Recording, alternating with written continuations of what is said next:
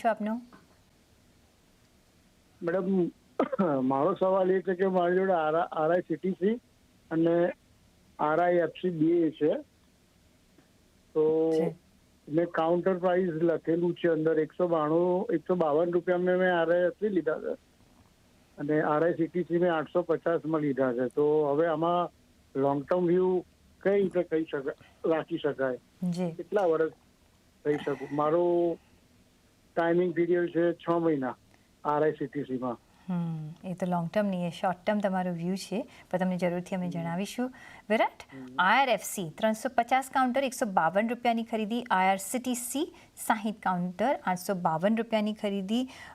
6-1 મહિનાનો એ વ્યૂ રાખી રહ્યા છે. IRCTCના જે નંબર્સ પણ આવશે ફોર્થ ક્વાર્ટરના, પણ બંને કાઉન્ટર્સ કેવા લાગે તમને? હોલ્ડ કરી શકાય?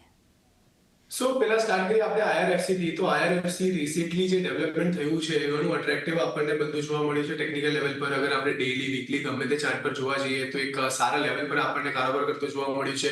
બોટમ એન્ડ પર એક સપોર્ટ બનતો જોવા મળ્યો આપણને 110-115 રૂપિયાની આસપાસના લેવલ પાસે થઈને ત્યાંથી આપણને એક સારો ડિમાન્ડ ઝોન બનતો જોવા મળ્યો હતો. સેમ સાઇડ પર આપણે એક રિજેક્શન બનતું જોવા મળી રહ્યા હતા 135-133 ની આસપાસના લેવલ હતા, એની સરપાસ કરીને એની ઉપર આપણે કારોબાર કરતો જોવા મળી રહ્યો છે. તો પોસિબલ છે કે તમે 6-1 મહિના અગર એને હોલ્ડ કરો છો તો તમને 160 પહેલો લેવલ, અને અગર જો 160 સરપાસ થાય છે તો જે આપણે પ્રીવિયસલી ખડક બંધ જોવા મળ્યું હતું 185 સુધીના લેવલ્સ તમને અહીંયાથી ફરીથી બંધા જોવા મળી શકે છે. અત્યારના કાઉન્ટર સારા લેવલ પર ટ્રેડ કરી રહ્યું છે. અગર આપણે જોઈએ તો 20 વીકની કે 50 વીકની એક્સપોનેન્શિયલ મૂવિંગ એવરેજની ઉપર અત્યારે આપણને કારોબાર થતો જોવા મળી રહ્યું છે. તો IRFC માં તમે હોલ્ડ કરીને ચાલી શકો છો. અગર જો તમારે સ્ટોપ લોસ મેન્ટેન કરવો હોય તો નીચેમાં 130 નો સ્ટ્રિક્ટ સ્ટોપ લોસ મેન્ટેન કરો. ક્લોઝિંગ બેસિસ પર જો 130 ની નીચે ક્લોઝિંગ આવે છે તો ત્યાં તમારે એક્ઝિટ લઈ લેવાની સલાહ રહેશે. બાકી તમે હોલ્ડ કરીને ચાલી શકો છો 160 અને 185 ના ટાર્ગેટ માટે. IRCTC માં અગર જોઈએ તો IRCTC પણ આપણને સેમ લેવલ પર જ કારોબાર કરતો જોવા મળી રહ્યો છે. સેમ ઇન્ડસ્ટ્રીનો સ્ટોક છે તો વધારે ડિફરન્સ નથી. અહીંયા પણ આપણે જોયું કે નીચેની સાઈડ પર સારો સપોર્ટ આપણને બધો જોવા મળ્યો 670 ના લેવલની આસપાસ.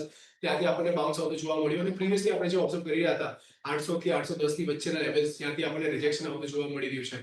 તો અહીંયાથી અગર જો 810 નું લેવલ સરપાસ થાય છે અને એની ઉપર આપણને કારોબાર કરતો જોવા મળે છે તો એક મોમેન્ટમ આપણને બધી જોવા મળી શકે છે, લીડ કરી શકે 950 રૂપિયા સુધીના લેવલ્સ માટે પણ. તો ફિલહાલ માટે તમે બંનેમાં વેઇટ કરીને ચાલી શકો છો. IRCTC માં તમે 950 રૂપિયાને ટાર્ગેટ રાખીને ચાલી શકો છો અને નીચેમાં અગર તમારે સ્ટોપ લોસ મેન્ટેન કરવો હોય તો સમયની 700 રૂપિયાનો સ્ટોપ લોસ મેન્ટેન કરો. 6-1 મહિનામાં તમને એક સારું પોઝિટિવ રિટર્ન મળી શકે એવું લાગી રહ્યું છે અહીંયાથી. તો હોલ્ડ કરીને ચાલવાની સલાહ છે. બંનેને હોલ્ડ કરીને ચાલવાની તમને સલામતી દેખાઈ રહી છે. IRFCમાં 130 રૂપિયાનો સ્ટોપ લોસ રહેશે.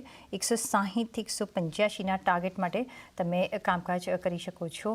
અને સિમિલરલી IRCTCમાં પણ તમને હોલ્ડ કરવાની જ સલામતી દેખાઈ રહી છે. 700 રૂપિયાનો સ્ટોપ લોસ 950ના ટાર્ગેટ માટે તમે IRCTCમાં ઊભા રહી શકો છો. નેક્સ્ટ